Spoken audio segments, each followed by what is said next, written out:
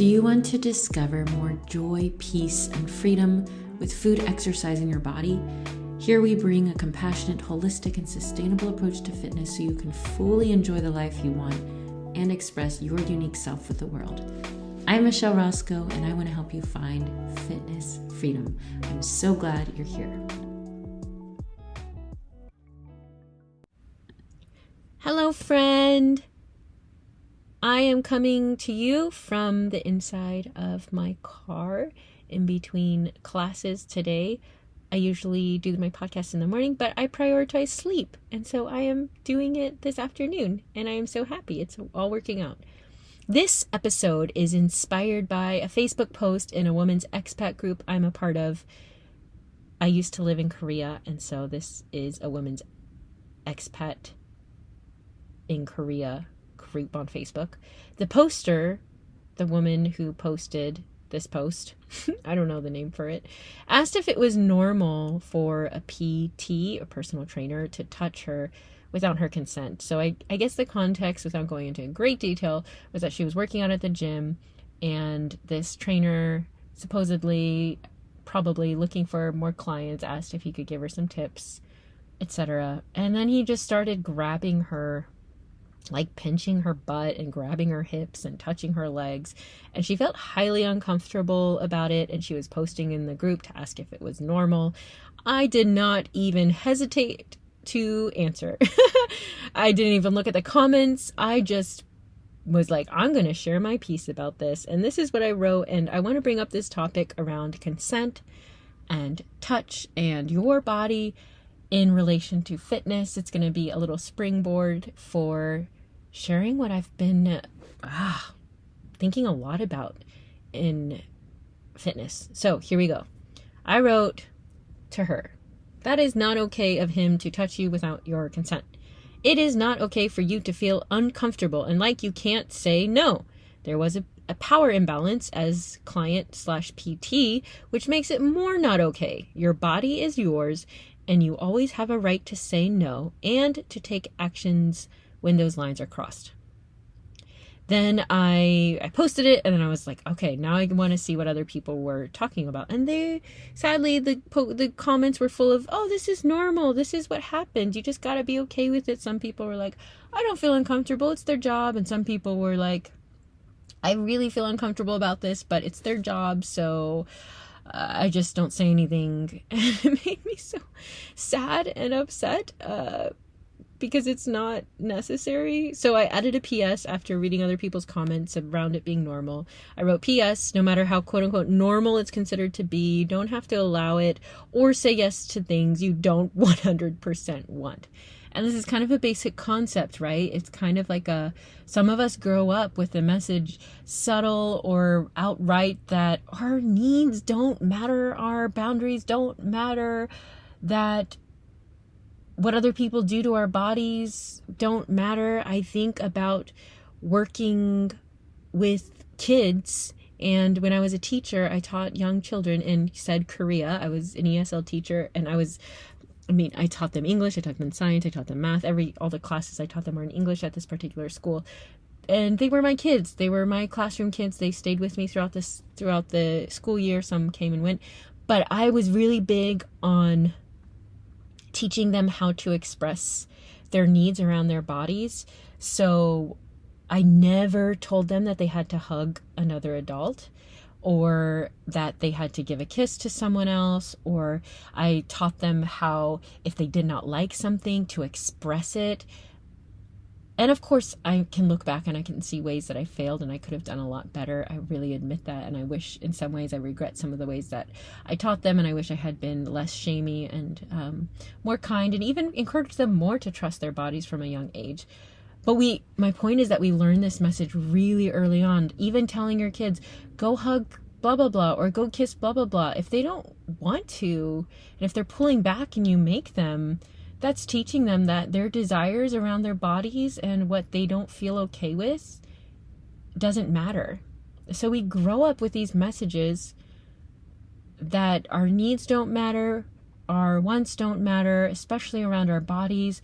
And so it becomes normal for us to be uncomfortable or in uncomfortable situations. And this is tragic because this can absolutely lead to more dangerous things happening, like rape and sexual assault, violence, being in situations that are super harmful for us, but we feel like we have to please other people and our gut feelings aren't valid.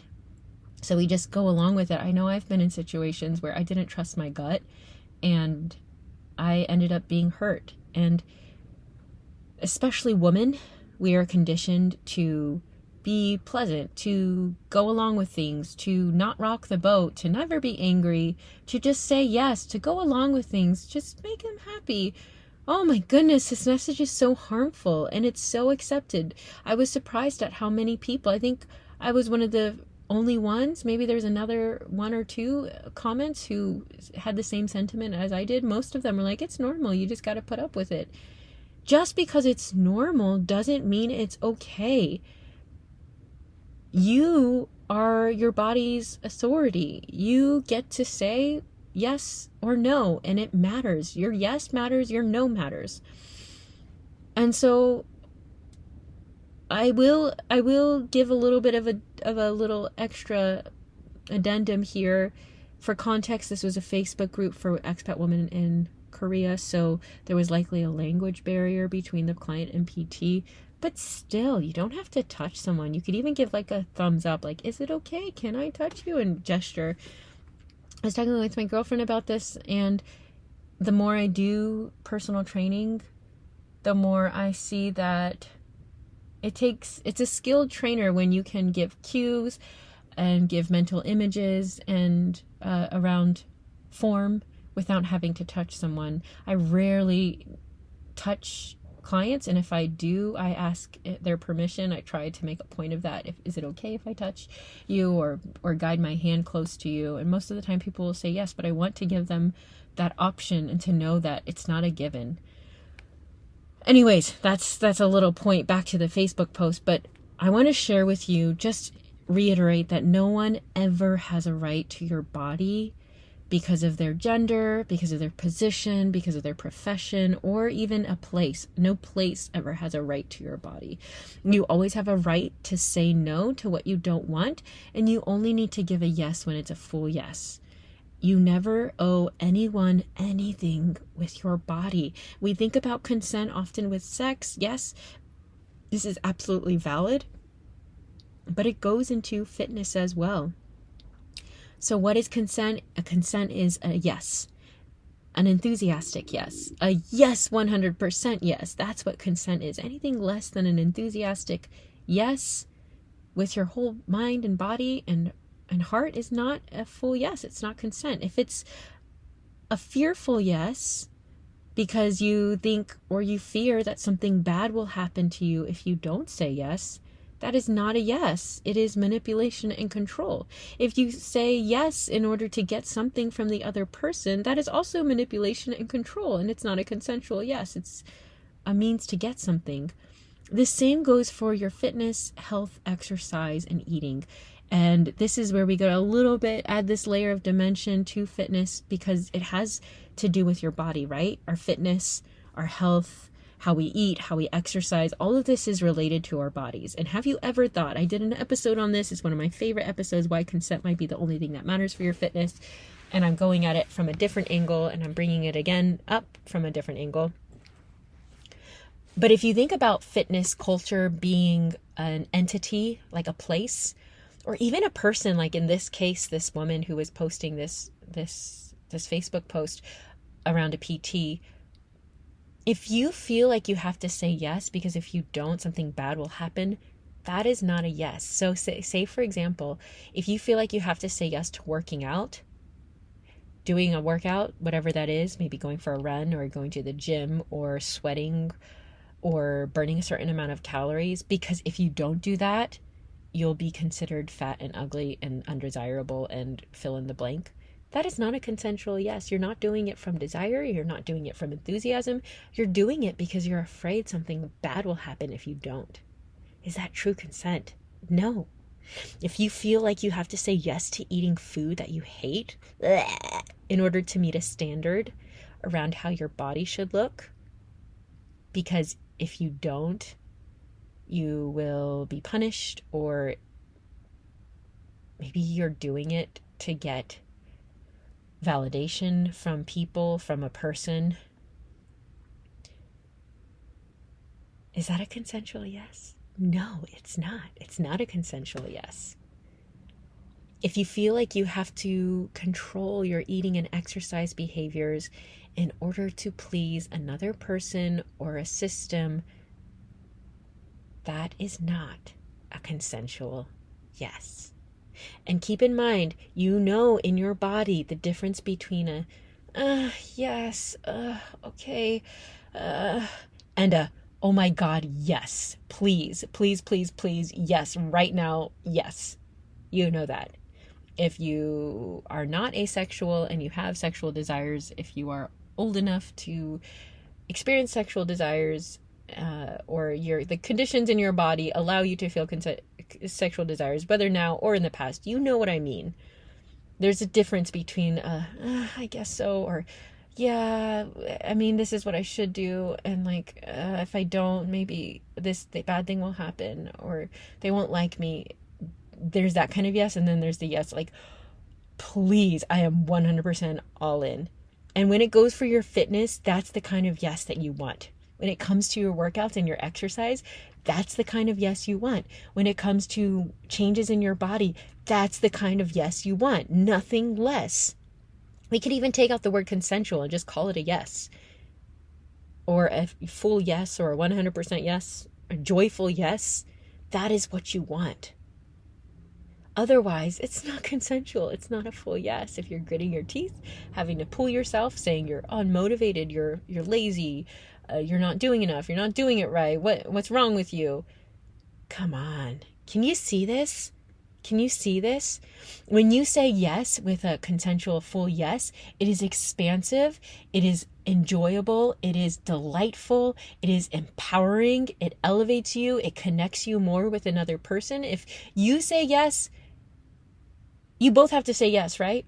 You have to say yes, and the other person has to have a consensual yes. Otherwise, one of you it's not consensual, and that can go along the lines of rape if we're talking about sexual situations, or coercion, to use that term legally. Anyways, both of you, when it is a full yes, you know what that brings? When there are two yeses on both sides, it brings connection, it brings intimacy, it brings joy, it brings pleasure, and that's what you want. Well, tell me if I'm wrong with your fitness. And if it's not something that you want, if there's a deep, dark part of you that loves the push and pull, that loves doing things that you don't want because you don't feel, this is probably why you don't feel deserving of feeling good. You don't feel deserving of it being easy, or it being good, or it being enjoyable. That's another thing. But I'm going to talk about this all in a more detailed, deep level, and I want to discuss it with you. So this podcast is one way, right? You're listening to what I'm saying, and I love it. And you can please send me a message on Instagram or an email, michelle@mlroscoe.com. My information's in the show notes. Yeah, send me information. Let me know how this was for you, how this landed. Did you have an aha? I want to hear it all. It's a 100% yes for me to hear from you. So if it's a 100% yes for you to share with me, hey, let's connect. But if you want to do it more in a real basis, and you want to get more into the nitty gritty and come from genuine desire, not pressure for your fitness, and learn more about what you can do to claim your yes fully and consensually with genuine desire, I'm going to be doing this discussion on June 12th, 2024. So it's 6/12/24, which is really pleasing. You can think about the pattern there. June 12th, 2024. It's a Wednesday at 11 a.m. Central Time. I live in Madison, Wisconsin, so it's going to be 11 a.m. my time. And if you can't make it live, you can get the replay. We'll dive deeper into what you really need to know to enjoy fitness for life, to give that 100% yes. We'll cover the topic of consent and what you can do to reclaim your power, and you'll walk away feeling empowered, enlivened, and with things you can do in your life to tap into what you really want for your body, fitness, and life. It's free and welcome for all. So if you're like, I want to go, like you want to go to a party, but you're like, I don't know if I know anyone there, invite your friend, invite your Judy, invite your Mary, invite your Bob, invite your Steve, as long as they are, going to be kind and open to hearing this. Invite your friends and your family too. The link is in the show notes. It's go.mlroscoe.com/join the conversation, because it's a conversation. And I can't wait for you to do this. I'm really excited. I just had someone join today, and I'm excited to have this conversation with you all. You're gonna walk away feeling empowered and elevated, and yes. And if this was enough for you and you enjoyed this, thank you for listening. Have a wonderful rest of your day. Remember, only yeses, only full yeses. Okay? Bye.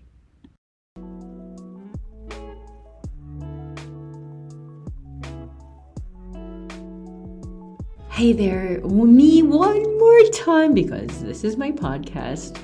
I just want to say thank you so much for being here. Thank you for listening. Thank you for your time. If you would be so kind and generous as to leave a review, a good review, it would mean a lot to the podcast and to growing this so more people can get a hold of it.